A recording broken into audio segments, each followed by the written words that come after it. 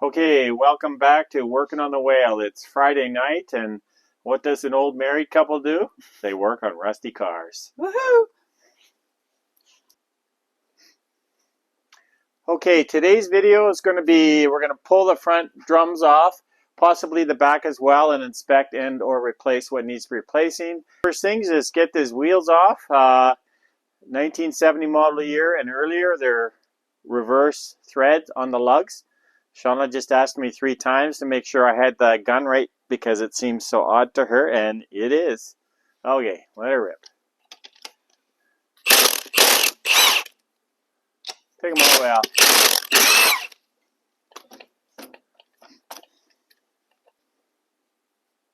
Okay, now we're going to get rid of 3, 4, 5, 10 generations of black widow spiders. And yes, we have black widow spiders in Canada. Well, in our area anyway. And rattlesnakes and scorpions and all that other fun stuff. But anyway, that's another story. I'm sure they're all dead. Okay, first pry the cap off. This is Shauna's first time doing this, but it's her car, so why not? Turn the drum if you have to. Oh, there you go. Now you got that cotter pin there, so pry the 2 ends out so they're straight. Yeah, use the screwdriver and get them close, and then.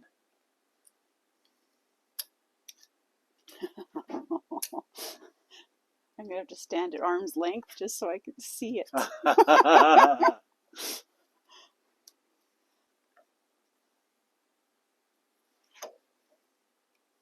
And just take it off, it'll be fine. Righty, tighty, Yep. lefty, loosey. Yep, just like that.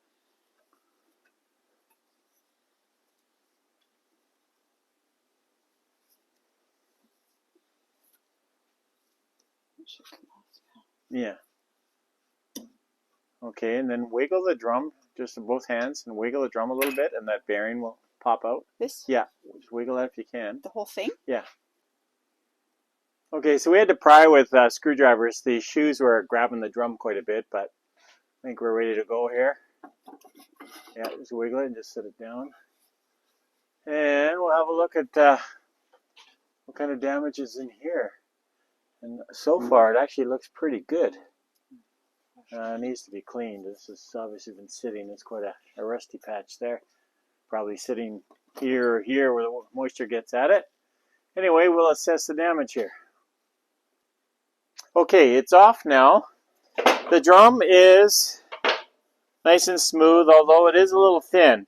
So we'll once we get the car on the road, we'll see if they're warped or not. Otherwise, we got other drums we can put on.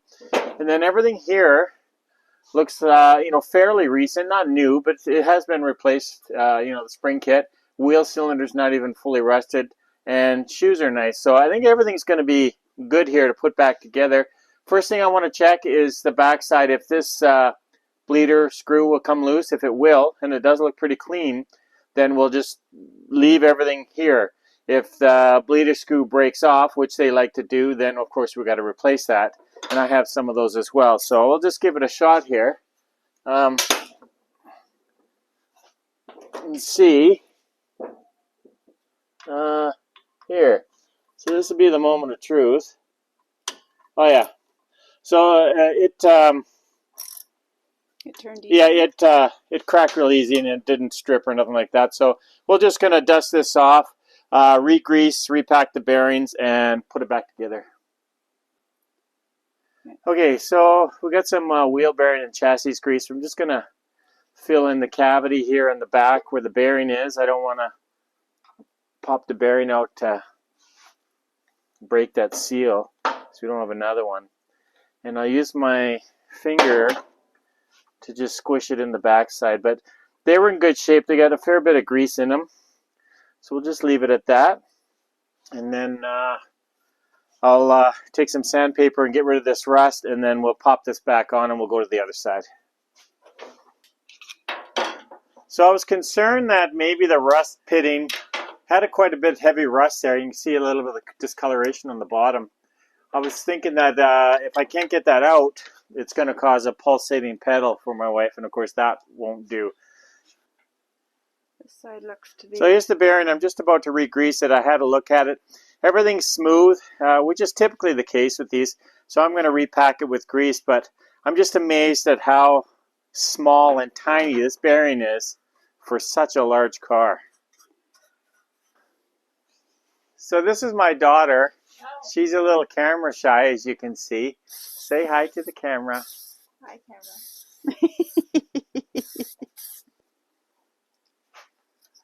Okay, so wheel bearing's packed and nut is back on. And Shauna's just going to bend the cotter pin around and put the cap on, I think. Tune in next week. Oh. Well, again, since we have the wheels off and we're up in the lift, I thought we'd replace these front shocks. These are a pair I got off a 65 Polara. I was at the scrapyard and they had it on the crush pile. And it was a complete car, 383, automatic and everything. So I bought the whole car from them. And I parted it out. There was no papers and it was fairly rough condition. But it had so many new parts on it. So these are a pair of the shocks we got out of it. And I figured we'd replace the crusty ones that are in there now. So now's the time to do it. And they were virtually free. Okay, well, since we have the wheels off, figured we'd give it a grease job just because it's easy access, getting the upper and lower ball joints, and Shauna's doing the tie rod in now. So, okay, so top nut on the shock, and then we'll probably raise the car. We'll do both sides, and we'll raise up the car and do underneath. It'll just be easier to get to. So this isn't gonna like blow up or anything? Oh no. Okay. I don't want any surprises. Unfortunately, that's the end of it for today. We had some technical difficulties and we had to cut the video short. So hopefully you can join us again for the next episode tomorrow. Thank you. Have a good night.